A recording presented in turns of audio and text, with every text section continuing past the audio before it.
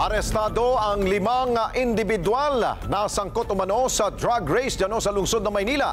Sugat na naman ang isang pulis makaraan siyang banggain ng isa sa mga sospek na nagtangkapang tumakas. Jim Tejano sa balita. Ito ang sitwasyon sa magkabilang linya sa kahabaan ng Roxas Boulevard Martes ng madaling araw.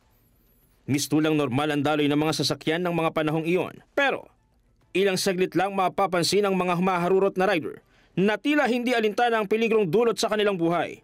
Halos walang pakialam sa mga dumadaang sasakyan ng mga rider sa bahagi ng southbound lane na ayon sa otoridad. Posibleng mauwi sa malagim na trahedya ang kanilang pagpapatakbo ng matulin. Paglilinaw ng PNP, isang illegal na drug racing ang isinasagawa sa lugar.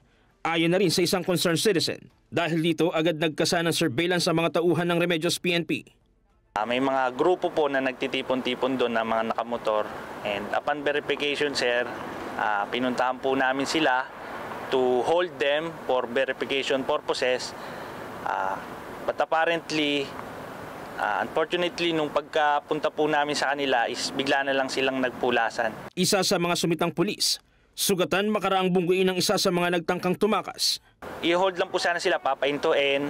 And then nung pagkapahinto po sa kanya, bigla po siyang binangga ng sospek, inarangkadahan po ng silinyador at doon po natamaan yung ating pulis. Nagtamo ng matinding pinsala sa kaliwang binti at ulo ang isang patrolman ng Manila Police District na sa ngayon ay nagpapagaling na sa ospital. Agad namang naaresto ang nakabunggo sa pulis maging ang 4 na iba pa.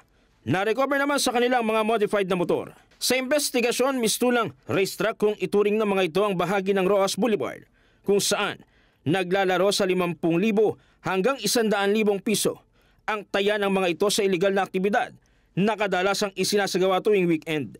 Grupo-grupo po yan different places po. Taguig, Pasay, Baseco, Moriones, and then may mga GC po kasi ang mga yan Doon po sila nag-uusap-usap, and then nag-meet po sila dyan sa may Raha Sulaiman Park. Tumanggi magbigay ng pahayag ang mga naarestong suspect na maharap sa mga reklamong alarm and scandal at serious resistance and disobedience to a person in authority. Habang sasampahan rin ng kasong frustrated murder ang rider na nakabundol sa pulis.